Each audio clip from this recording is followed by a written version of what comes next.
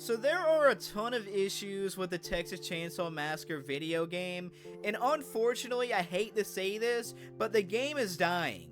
What's up, everybody? This is McStan, and welcome back to the channel. Today we're going to be talking about TCM, all the issues with it, and I'm also going to give you some solutions that I think could actually help the game thrive, and maybe even keep it alive. With all that being said, I have to make this very clear. I love this game, I love the whole franchise of the Texas Chainsaw Massacre, and I hate to see it in a state like this. So it's something that I didn't want to make, but this is a video that I had to make because I've been thinking about the state of this game all winter break, and this is something that I have to talk about.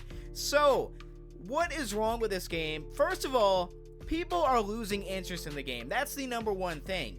If we head over to Twitch, as you can see, only 1,200 people are actively watching this game as I am recording this video. And I know Twitch isn't the be-all, end-all streaming service for this game.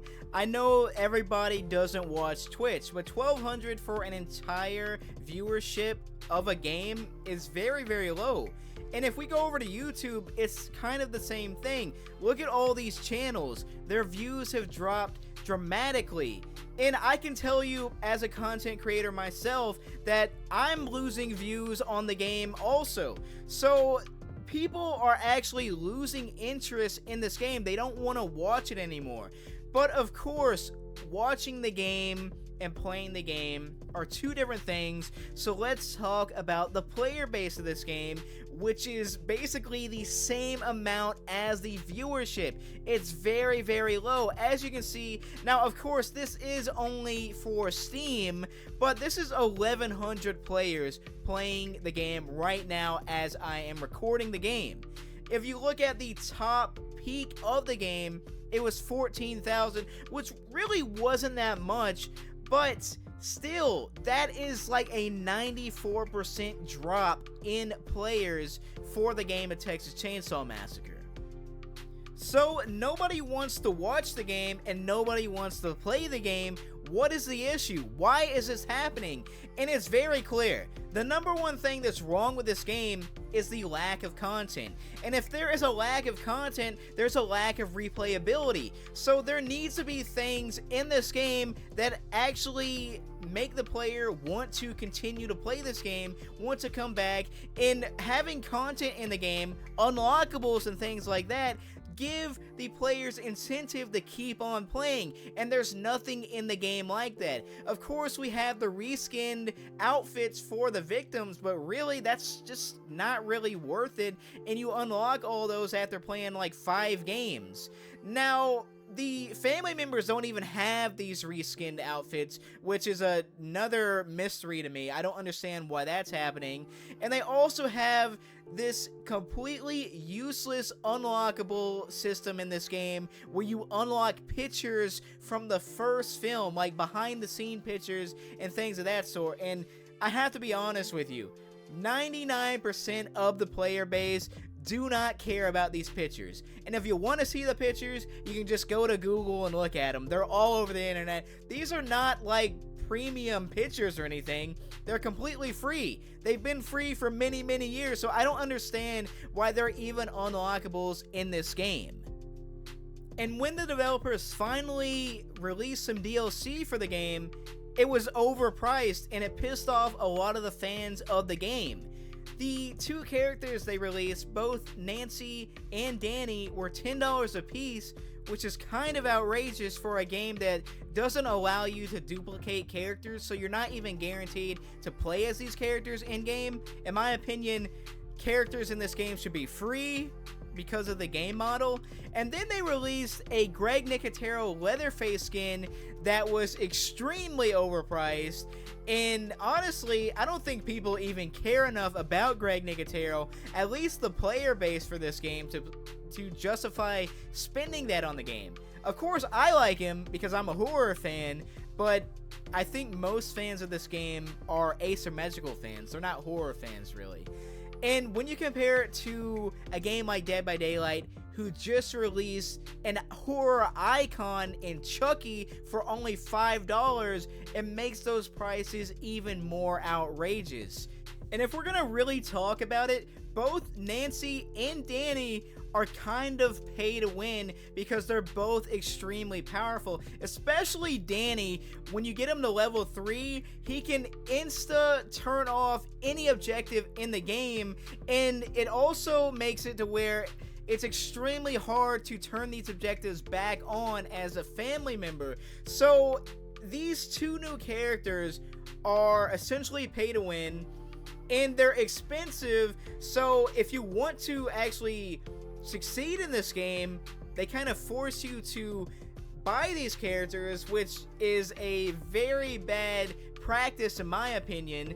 Now, I will say that both the characters are fun to play, but once again, they're overpowered. They're extremely hard to actually play against. So, you know, this brings me to the next point. The balancing of this game is an extreme issue. And it kind of makes me think, like, how do you even let out a patch like this to where Danny can insta unlock things, and it's been like this for over a month. I don't know who's playtesting this game, but clearly people who playtest this game are not playing the game like the community plays it. They need a PTB or a beta for the public to play so that they can find out how these things are actually going to work out in game. I think, at least this is what I get from the developers when I see them in the Q&A. They want us to play the game like how they play the game, and that just isn't going to happen. They don't want this game to be competitive. They want this game to be a casual game. Unfortunately, this is a team-based game, and anytime you face other players online, the game is going to be competitive. There's nothing that they can do to change that. So this game is competitive, and because it's competitive, that means that this game needs to be balanced. That means that one side doesn't need to be extremely overpowered, or certain abilities don't need to be overpowered. And the easiest way to fix this entire issue is to hold an open beta test for the community, for us, the player, to play. Not somebody working at Gun or working at Sumo. It has to be us, the player, because clearly they're not playing the game like we play the game, because, you know, we play extremely toxic or extremely competitively. And clearly, that's not how the game is being tested out, so these issues are abundant when the game comes out. And along with the test, of course, that means some of the bugs and glitches that are in the game will be fixed before we get the live version. So, of course, you know I had to talk about the lobby simulator that is the Texas Chainsaw Massacre. We all have been there, where we have spent a very long time in a lobby just trying to get in a game, and it's super frustrating. And honestly, I think this is another thing that turns people off from the game.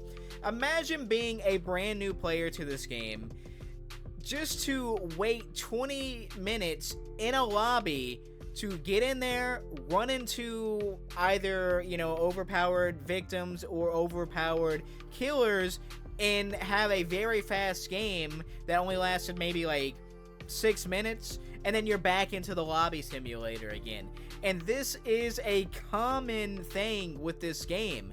So these lobby queue times are ridiculous. Now, of course, the developers have implemented certain things that have made it better, and they have new changes coming that will also improve, you know, the queue times. But still, man, these are like the worst lobbies I have ever been a part of in any video game. And honestly, it's unacceptable. Lobbies should not take this long, especially on the victim side. Those take extremely long, and for some reason, they just can't fill up the lobbies.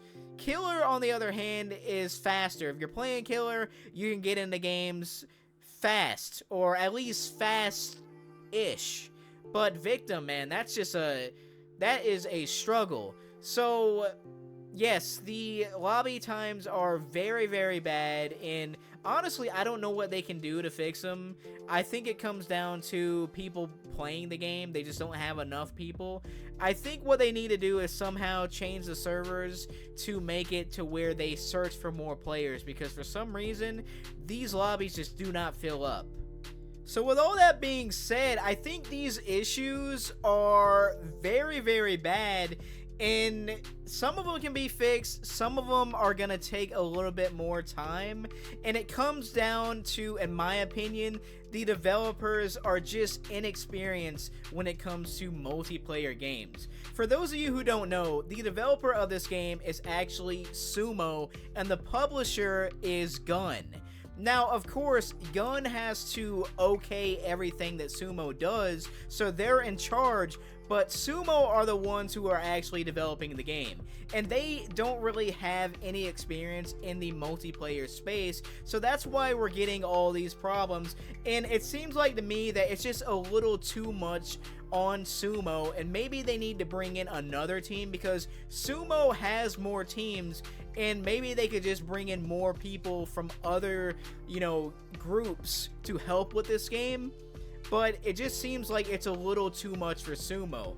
Now, when it comes to Gun, man, I just feel like they're just out of touch with the player base. They just don't understand what type of game they have created and what type of game people want to play. And this goes back to where they aren't testing the game properly with players who actually play this game. They're testing it with people on their team who want to play the game a specific way. It seems to me that Gun Media wants this game to handle the way they want it to play, and they haven't taken into account that people are going to play the game the way that they want to play. The community plays this game entirely differently than their vision of the game, so they need to adapt to that, and it just seems like they're very stubborn in that aspect.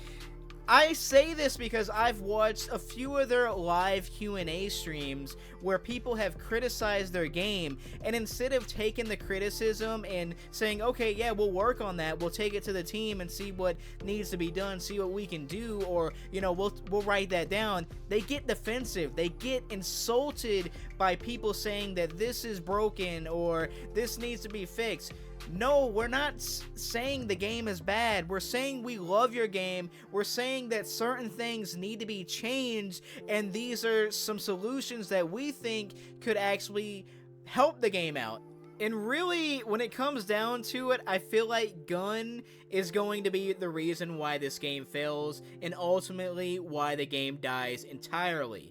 So this is the end of the video, and I hope you guys enjoyed it. I would love to hear from you in the comments section on what you think about the state of the Texas Chainsaw Massacre. Do you still play it? Are there any solutions you have that may fix the game?